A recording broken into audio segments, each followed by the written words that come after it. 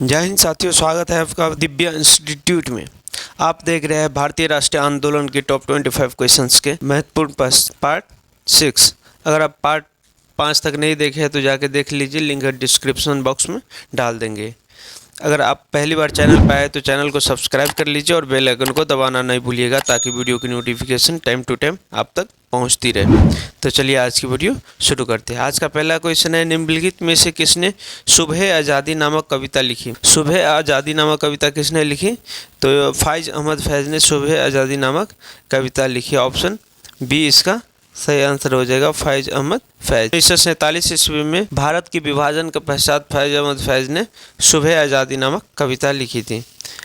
Next question है, कथन दिया गया है कि वर्ष 1939 ईस्वी में सभी प्रांतों में कांग्रेस मंत्रिमंडलों ने त्यागपत्र दे दिया। सही है, त्यागपत्र दे दिया था 1939 ईस्वी। दूसरा है, कांग्रेस ने द्वितीय विश्व युद्ध के संदर्भ में वायसराय के जर्मनी के विरुद्ध युद्ध घोषित कर देने के निर्णय को स्वीकार नहीं किया। ये भी सही है, ऑप्शन ए सही आंसर हो जाएगा कि ए और आर दोनों सही है तथा ए आर ए का सही स्पष्टीकरण है। नेक्स्ट क्वेश्चन है, व्यक्तिगत सत्याग्रह में विनोबा भावे को प्रथम सत्याग्रही चुना गया था। दूसरा कौन था? दूसरा पंडित जवाहरलाल नेहरू था। ऑप्शन बी इसका सही आंसर हो जाएगा, पंडित जवाहरलाल नेहरू। नेक्स्ट क्वेश्चन है, निम्नलिखित कथनों पर विचार कीजिए। क्रिप्स प्रस्तावों में प्रावधान सम्मिलित है भारत की पूर्ण स्वतंत्रता के लिए, ये गलत है। और दूसरा है, संविधान निर्मात्री निकाय की रचना के लिए, ये सही है। तो ऑप्शन बी आपका सही आंसर हो जाएगा, केवल 2। नेक्स्ट क्वेश्चन है, स्वतंत्रता संग्राम के दौरान अरुणा आसफ अली किस भूमिगत क्रियाकलाप के प्रमुख महिला संगठक थी? तो वो भारत छोड़ो आंदोलन के मुख्य महिला संगठक थी। ऑप्शन सी आपका सही आंसर हो जाएगा, भारत छोड़ो आंदोलन। नेक्स्ट क्वेश्चन है, निम्नलिखित प्रधानमंत्रियों में से किसने भारत में क्रिप्स मिशन भेजा था? विंस्टन चर्चिल, उसने भारत में क्रिप्स मिशन को भेजा था। नेक्स्ट क्वेश्चन है, भारतीय स्वतंत्रता संग्राम के दौरान रॉलेट एक्ट ने किस कारण से सार्वजनिक रोष उत्पन्न किया? इसने धर्म की स्वतंत्रता को कम कर दिया, ये नहीं है, इसमें ये गलत है। इसने भारतीय परंपरागत शिक्षा को दबाया, ये भी सही नहीं है। इसने लोगों को बिना मुकदमा चलाए जेल भेजने के लिए अधिकारित किया, ये सही है। इसने श्रमिक संघ ट्रेड यूनियन की गतिविधियों को नियंत्रित किया, ये गलत है। तो ऑप्शन आपका सी सही आंसर हो जाएगा, इसने बिना मुकदमा चलाए जेल भेजने के लिए अधिकृत किया। दांडी यात्रा के साथ निम्नलिखित में से क्या प्रारंभ हुआ था? तो दांडी यात्रा के साथ सविनय अवज्ञा आंदोलन प्रारंभ हो गया था। दांडी यात्रा कब हुआ था? दांडी यात्रा हुआ था आपका 12 मार्च 1930 को। गांधी जी ने 72 लोगों के साथ साबरमती से चलकर 6 अप्रैल 1930 को दांडी पहुंचकर नमक कानून तोड़ा और सविनय अवज्ञा आंदोलन की घोषणा की। तो ऑप्शन सी आपका सही आंसर हो गया। नेक्स्ट क्वेश्चन है, करो या मरो नारा के निम्नलिखित में से आंदोलन में से किससे संबंधित है? करो या मरो का नारा किससे संबंधित है? तो भारत छोड़ो आंदोलन से संबंधित है। ऑप्शन डी इसका सही आंसर हो जाएगा, भारत छोड़ो आंदोलन में 1942 में भारत छोड़ो आंदोलन के दौरान गांधी जी ने करो या मरो का नारा। निम्नलिखित में से किसने अहमदाबाद टेक्सटाइल लेबर एसोसिएशन की स्थापना गांधी ने की थी? कब की थी? 1917 ईस्वी में। तो ऑप्शन ए आपका सही आंसर हो जाएगा, महात्मा गांधी। भारतीय स्वतंत्रता संग्राम के संदर्भ में 16 अक्टूबर 1905 निम्नलिखित कारणों में से किसके लिए प्रसिद्ध है? तो बंगाल विभाजन के लिए प्रसिद्ध है। ऑप्शन बी इसका सही आंसर हो जाएगा, बंगाल का विभाजन। बंगाल विभाजन में उस दिन पूरे दिन शोक मनाया गया था, लोगों ने उपवास रखा था, गंगा स्नान किया था, वंदे मातरम गाते हुए जुलूस निकाला था, लोगों ने एकता के प्रतीक के रूप में राखी बंधन का पर्व मनाया था। कर्जन द्वारा इसे बंगाल विभाजन को लागू किया गया था। भारत सरकार अधिनियम 1935 में निहित इंस्ट्रूमेंट ऑफ इंस्ट्रक्शंस को भारत के संविधान में 1950 में किस रूप में शामिल किया? तो किस रूप में शामिल किया था? राजनीति के निर्देशक सिद्धांत के रूप में। तो ऑप्शन बी आपका सही आंसर हो जाएगा, ऑप्शन। नेक्स्ट क्वेश्चन है, साइमन कमीशन की संस्तुतियों के संदर्भ में निम्नलिखित में से कौन सा कथन सही है? कौन सा कथन सही है? इसने प्रांतों में द्वैध शासन को उत्तरदायी सरकार द्वारा प्रतिस्थापित करने की संस्तुति की। ऑप्शन ए सही हो जाएगा, ऑप्शन ए आपका सही आंसर हो जाएगा। नेक्स्ट क्वेश्चन है, भारतीय राष्ट्रीय कांग्रेस के वर्ष 1906 में विख्यात कलकत्ता अधिवेशन में 4 संकल्प पारित किए गए थे।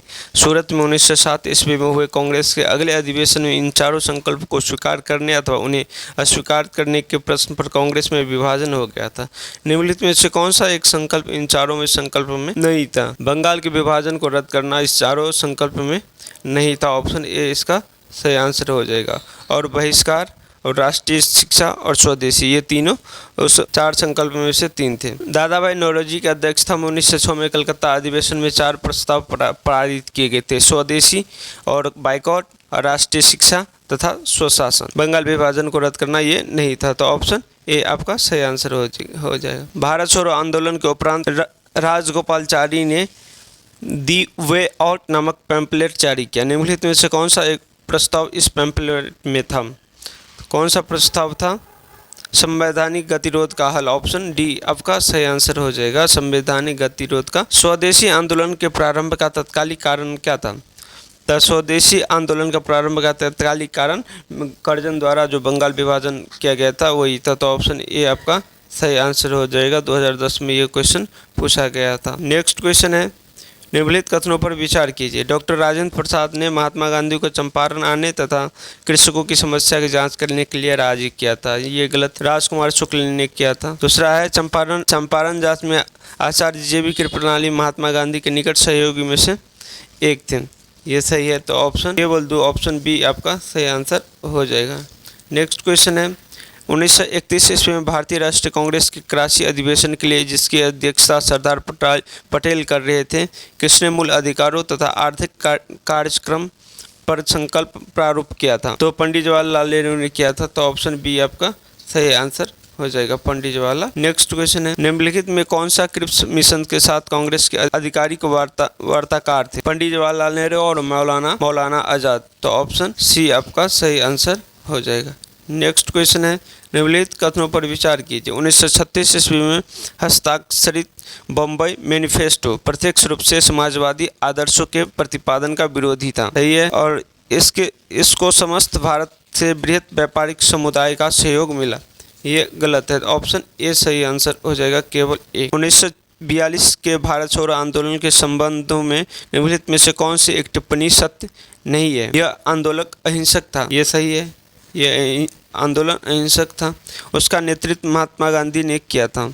यह गलत है। यह आंदोलन स्वप्रवर्तित था। यह भी सही है। इसने सामान्य वर्गों को, श्रमिक वर्गों को आकर्षित नहीं किया। यह भी सही था, ऑप्शन बी आपका सही आंसर हो जाएगा। इसका नेतृत्व महात्मा गांधी ने किया। इसका नेतृत्व महात्मा गांधी ने नहीं किया था, इसका परिचालन किया। नेक्स्ट क्वेश्चन है, खेरा के किसानों के पक्ष में महात्मा गांधी ने सत्याग्रह संगठित करने का क्या कारण था? अकाल पड़ने के बावजूद प्रशासन ने भू राजस्व की उगाही स्थगित नहीं की थी। सही है।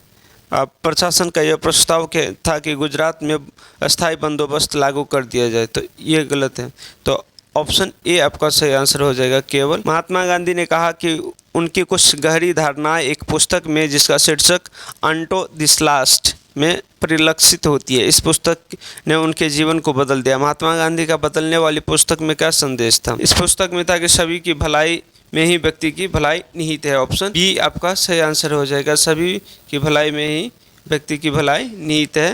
महात्मा गांधी ने इस पुस्तक को पढ़ा था, onto this last. Next question है, भारतीय स्वतंत्रता आंदोलन के संदर्भ में उषा मेहता की ख्याति पंडित जवाहरलाल नेहरू की अंतरिम सरकार के गठन में सहायक भूमिका निभाने के लिए प्रसिद्ध है। ऑप्शन डी आपका सही आंसर हो जाएगा। उषा मेहता की मौत 2000 ईस्वी में हुई।